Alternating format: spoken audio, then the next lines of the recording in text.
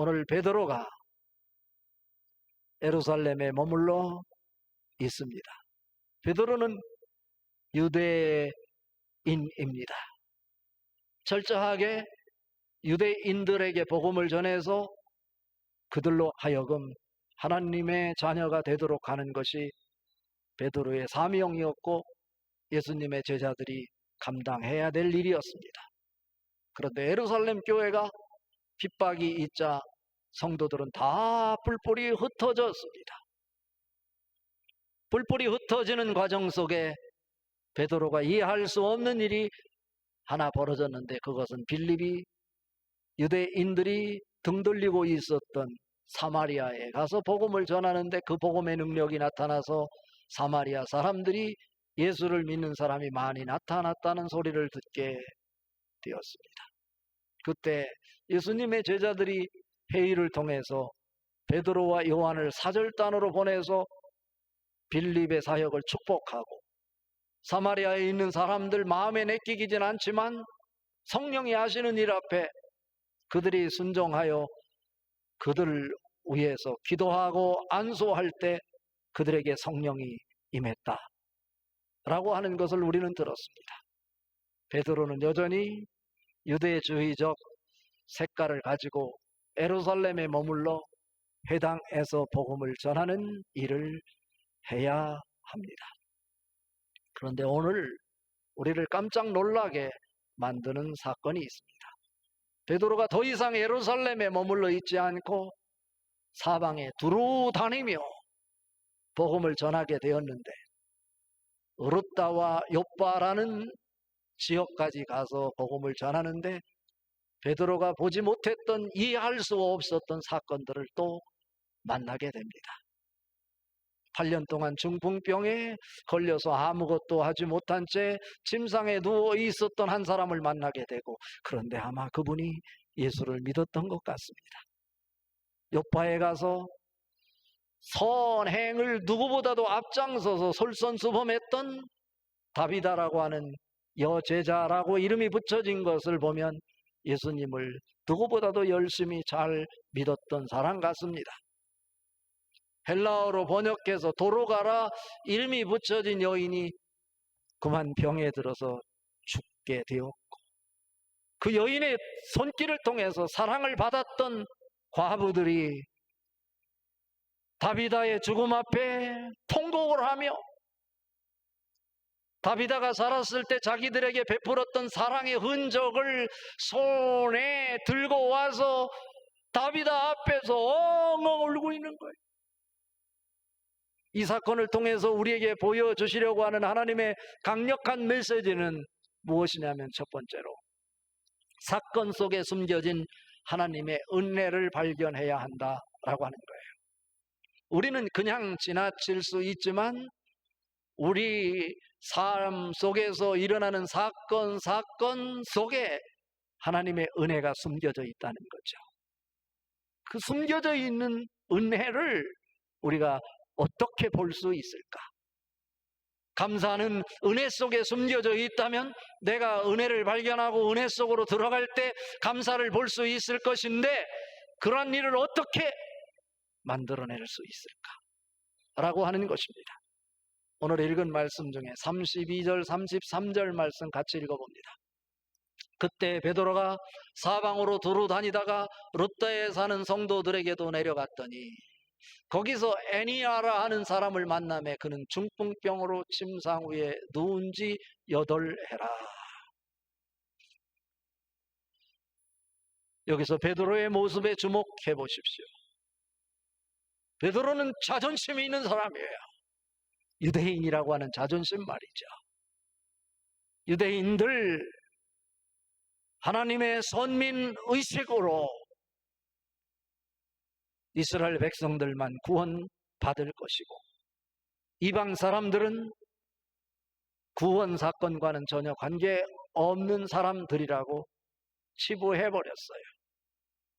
그런데 베드로가 그 생각을 저버린 채 성령의 이끌림을 받아 사방에 두루 다니며 복음을 전하는데, 이 사방이 어디일까? 라고 하는 거죠. 룻다예요. 욥바예요. 룻다와 욥바는 이방인들이 모여 사는 곳이에요. 그리고 이방 지역이란 말이죠. 시간적으로, 지리적으로 그곳에는 성도가 있을 수 없는 곳이에요. 그런데 베드로가 사방으로 돌아다니다가 룻다를 들렸는데 그곳에 예수를 믿는 성도들이 있었어요. 욥바에 갔더니 예수를 믿는 제자들이라 이름 붙여진 사람들이 있어서 선행을 하며 하나님의 영광을 드러내고 있었어요. 깜짝 놀랐어요. 베드로는 그 상황을 보면서 하나님의 은혜구나 라고 하는 것을 깨달으면서 자기 생각으로 자기 방식으로 살아왔던 자기의 삶을 되돌아다보며 베드로의 마음이 흔들리기 시작하는 것입니다. 그런데 거기에 예수를 믿는 한 사람이, 애니아라는 사람이 중풍병에 걸려서 8년 동안 침상에 누워 있는 것을 보게 됩니다. 여기서 애니아라고 이름이 붙여져 있어요. 그때 당시에 그 지역에 헬라식 이름을 갖고 있는 남자 이름 중에 애니아라는 이름이 많이 있었어요. 애니아는 찬송하다라는 뜻을 갖고 있는 헬라식 이름이에요. 그는 아마 예수를 믿고 있었던 사람인데 중풍병에 걸려서 침상에 8년 동안 누워 있었다. 그런데 여기에서 중풍병이라고 하는 것은 손과 발이 마비가 되어 쓸 수 없는 사람을 지칭하기는 하지만 헬라어 원어 성경을 바라보니까요, 다른 의미가 더 담겨 있어요. 그러한 육체적인 마비를 의미하기보다는 무기력해진 사람의 상태를 표현하는 의미를 담아서 중풍병자라고 하는 표현을 사용하고 있다는 거예요.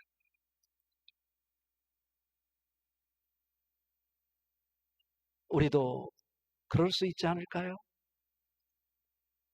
내가 예수를 믿은 지 오랜 세월이 지났는데, 그리고 직분을 받은 지도 시간으로 치면 누구보다도 앞서는데, 나는 하나님의 사람으로 살지 못하고 내 상황 때문에 육체적인 질병이나 가정의 환경 등등 여러 가지 이유 때문에 내가 예수 생명을 품고 사는 사람처럼 얼굴이 밝지도 못하고 웃음도 없고 미소를 드러내지도 못하는 무기력한 사람으로, 아무것도 하지 못하는 사람으로, 주눅들어 사는 사람으로 침상에 누워있는 사람처럼 살아왔을 수도 있겠다. 베드로가 그러한 한 사람을 만나는 거죠. 그런데 베드로가 그 무기력증에 빠져서 아무것도 하지 못하고 있는 그 애니아를 만나면서 깜짝 놀랐어요. 애니아는 아무것도 할 수 없어서 그가 자신감을 잃고 무기력증에 빠져 주눅들어 있지만 그 곁에 예수님이 함께 계시고 있는 것을 베드로가 본 거예요. 애니아에게 말합니다. 애니아야, 너는 혼자가 아니란다. 너가 아파하고 있을 때, 너가 아무것도 할 수 없다고 주눅들어 있을 때 예수님은 너를 한 번도 떠난 적 없고 내 곁에서 너를 북돋아주고 너에게 용기를 주고 은혜를 주고 계시단다. 오늘 보십시오. 애니아가 고침을 받는 것. 애니아가 베드로에게 병을 고쳐달라고 애원을 합니까? 기도를 해달라고 부탁을 합니까? 전혀 없어요. 베드로가 예수님이 애니아는 자신이 없어 무기력증에 빠져 있지만 그와 함께하고 있다는 사실을 발견하고서는 애니아는 축복받은 사람이다 라고 하면서 그를 위해서 기도하기 시작하는데, 기도하자마자 베드로의 입에서 선포되는 말씀을 보십시오. 내가 너를 고친다. 아니에요. 오늘 읽은 말씀 34절에 보니까 애니아야, 예수 그리스도께서 너를 낫게 하신다라는 거예요.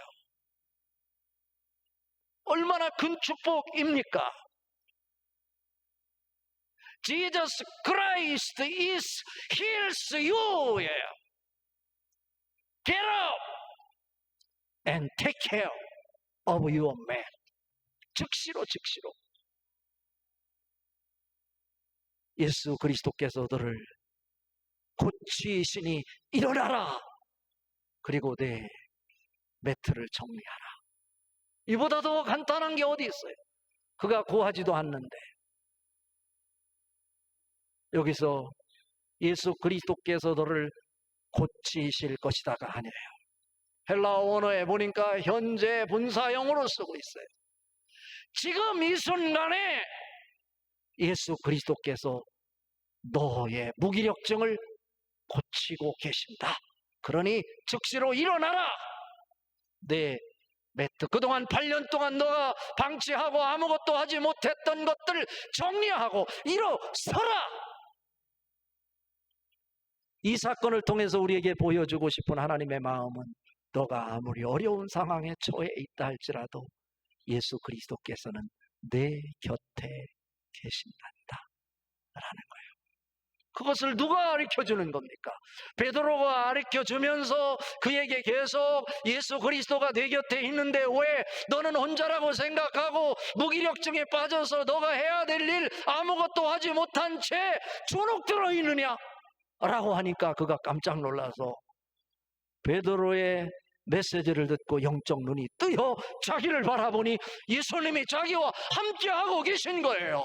그 순간, 예수님을 바라보는 순간 그는 하나님의 은혜가 그에게 보였고, 하나님의 은혜를 발견하는 순간 그는 즉석으로 베드로가 고칠 것이 아니라 예수님이 그를 치료해 주신 줄 믿습니다.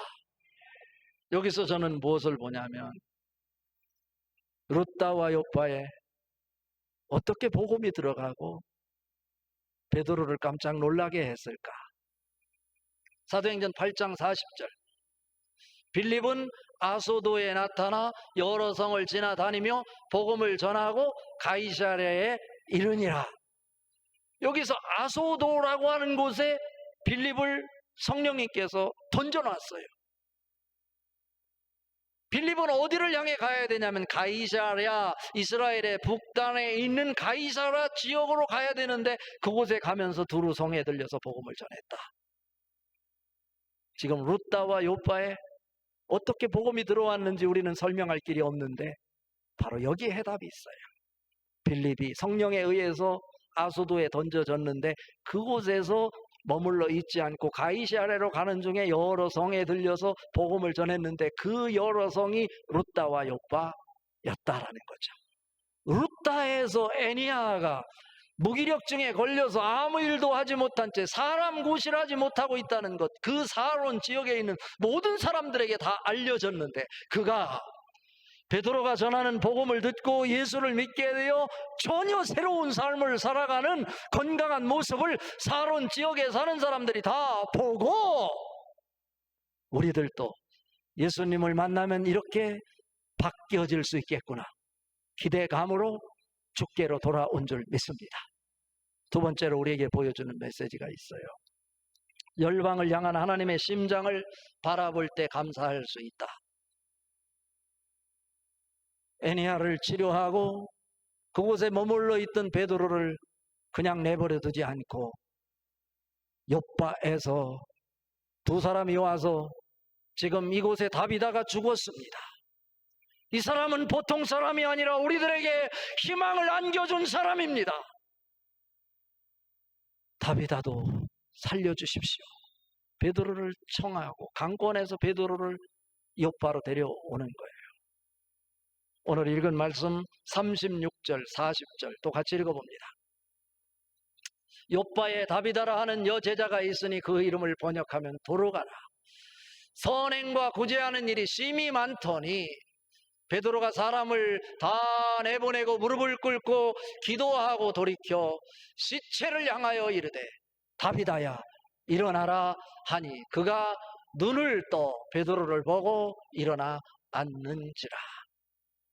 이것은요 마가복음 5장에 보면 한 소녀가 죽었을 때 그를 향해서 달리다 쿰 하니 살아난 것 우리는 기억하고 있어요. 베드로가 그 광경을 목격했어요. 오늘 베드로가 예수님이 하신 그 행적에 대해서 흉내를 내고 있는 거예요. 달리다 쿰 하는데 지금 오늘 베드로는 그렇게 선행을 행했던 다비다가 죽어 시신 앞이라고 분명히 말하잖아요. 염을 장례를 지내기 위해서 다락방에 시신으로 눕혀놨어요. 여인들이 와서 우리에게 희망을 주었던 사람, 나에겐 이걸 선물 주었고 나에게는 겉옷을 주고 심지어 속옷까지 만들어서 저에게 주었습니다. 그런데 이 자가 죽었습니다. 어떻게 해야 됩니까? 우리는 어떻게 하라고? 베드로가 그들을 다 내보내고 시신을 향해서 다비다 쿰 하는 거예요. 달리다 쿰, 다비다 쿰. 스펠 하나만 달라요. 소녀야 일어나라. 오늘은 다비다니까 다비다 쿰 하는 거예요. 그랬더니 죽은 시신이 베드로가 전하는 말씀 듣고 일어나 앉아 베드로를 바라보고 있는 거예요. 여인들을 불러서 이가 살아났다고 하는 것을 보여주니 그들도 놀라는 거죠. 전에는 슬픔의 눈물을 흘렸는데 이제는 감격의 눈물을 흘리고 있는 거죠. 여기에서 우리에게 보여주고 싶은 하나님의 메시지는 뭘까요? 루다에서 일어난 사건, 욥바에서 일어나는 사건. 욥바는 어느 곳입니까? 요나가 니누에 가서 그 성에 회개를 선포하라고 하나님이 주문할 때 그들에게 가면 어려움이 처할 거라 생각되어서 니누에로 가지 않고 어디로? 다시스로 가다가 풍랑을 만나서 어려움을 당하게 되는 것, 우리는 요나서를 통해 확인할 수 있어요. 그가 다시스로 갈 때 배를 탔던 항구가 바로 욥바라고 하는 거예요. 솔로몬이 성전을 질 때 레바논에서 백향목 나무를 가져다가 성전을 졌는데 이 레바논에서 백향목을 실어온 정착지로서의 이 항구가 욥바라는 항구예요. 바로 이곳. 이방인들이 주를 이루고 살고 있어요. 루다도 이방인 지역, 이방인들이 살고 있는 것이에요. 그런데 지금 베드로를 통해서 이곳에 여인이 살아났어요. 루다에서는 애니아라고 하는 남성이 고침을 받아요. 이 메시지를 통해 우리에게 보여주는 건 무엇일까? 하나님은 모든 사람이 구원을 받으며 진리를 아는데 이르기를 원하시느니라. 이 마음이 베드로를 통해 우리에게 표현되고 있는 거예요. 베드로도 깜짝 놀라는 거예요. 뭐를?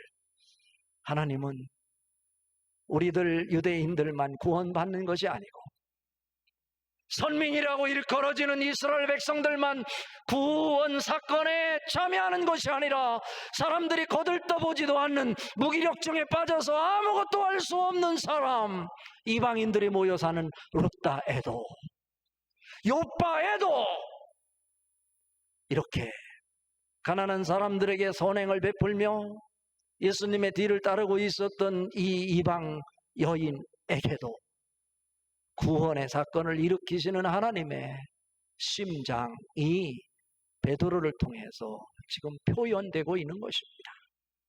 베드로가 하는 이 사건을 통해서 하나님의 마음이 어떤지를 보여주는데 이 사건을 통해서 보여주는 것은 다른 것이 아니라 열방을 향한 하나님의 심장이 지금 사랑으로 숨을 쉬고 있다는 것입니다.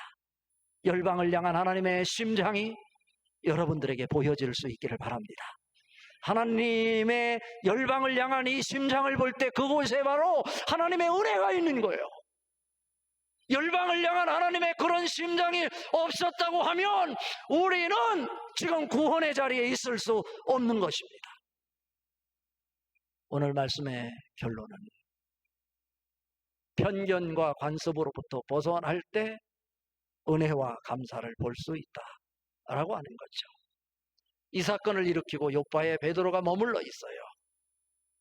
그런데 누구 집에 머물러 있냐면 또 이해할 수 없는 모습을 베드로가 우리에게 보여주는데, 당시에 레위기 11장에 보면 모세의 율법과 유대 관습에 의하면 불결하고 부정하다고 지목해 놓은 그 일을 하는 그 집, 자기 이름하고 똑같은 이름을 가진 시몬의 집, 무두장이 집이라고 오늘 성경은 얘기하고 있어요.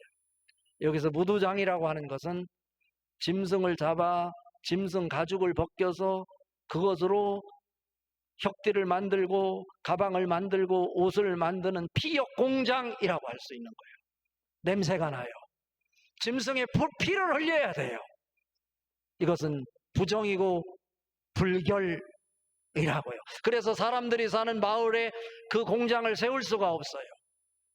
그래서 요빠라고 하는 항구의 한쪽 이 지중해 바닷가에 이 공장을 세우고 그 시몬의 집이 이런 피역 공장을, 무두장이 집으로 있는데 그곳에 베드로가 머물고 있다니까요. 그것도 하루도 아니고 여러 날을 머물고 있어요. 오늘 읽은 말씀 42절 43절 한번 같이 읽어봅니다. 온 요빠 사람이 알고 많은 사람이 주를 믿더라. 베드로가 요빠에 여러 날이 있어 시몬이라 하는 무두장이 집에서 머무니라. 우리는 보통 유대인을 향한 선교는 베드로가 중심축을 이루었다. 그리고 이방인을 향한 선교는 바울이 중심축을 이루었다, 이렇게 생각해요. 전혀 그렇지 않아요. 오늘 사도행전 9장 마무리하면서 10장의 포문을 열면서 그 사이에 왜 오늘 이 룻다와 요빠의 사건을 기록하고 있는 것일까? 저자의 강력한 의도가 있어요. 사도행전 10장을 시작하면서 우리가 잘 아는 로마에서 파견되어 이 근무하고 있는 가이사랴에 고넬료라 하는 사람이 있으니 이달리아 부대라 하는 군대의 백부장이라. 그가 경건하여 구제하는 일에 크게 기여하고 있었다. 이방인을 대표하는 사람이에요. 그런데 그가 성령의 음성을 듣고 요빠의 무두장이 시몬의 집에 머물고 있는 베드로를 청하라는 성령의 음성을 들어요. 근데 베드로도 환상을 보잖아요. 부정적인 짐승 내 보자기에 쌓여서 내려오는 것 잡아먹어라. 그럴 수 없습니다 라고 말할 때 누가 부정하자 하더냐 라고 주님이 말씀하잖아요. 그래서 베드로가 결국 그들의 초청에 의해서 요빠에서 가이사랴까지 가서 고넬료라고 하는 이 백부장 집에 가족들 앞에서 하나님 말씀을 전해서 그 가정이 예수를 믿어 구원받는 장면, 이방인의 선교의 문이 열려지는 장면이라고요. 베드로는 이 사건을 기점으로 사도행전에서 사라져버려요. 무대가 바뀌는 거예요. 단 한 번 사도행전 15장에서 이방 선교를 하고 이방인들이 예수를 믿어 구원을 받는다고 할 때 그것을 기독교인으로 간주할 거냐 말 거냐, 바울이 1차 선교 여행을 마치고 그것을 신학적으로 풀기 위해 예루살렘 총회가 열리는데, 그때 바울의 이방인을 위한 이 기독교인을 받아들이는 것에 대해서 베드로가 바울의 손을 들어줘요. 그리고 사회를 보고 있었던 주의 형제 야고보가 베드로의 말을 듣고, 그렇다면 우리 다른 생각하지 말고 베드로의 말대로 이방인들이 기독교인이 되는 것을 무거운 짐을 져주지 말고 그냥 쉽게 몇 가지 중요한 것만 그들로 하여금 지키게 하고 받아들입시다 라고 망치를 3번 땅 때리고 총의 결론을 내리는 거예요. 여기서 보십시오.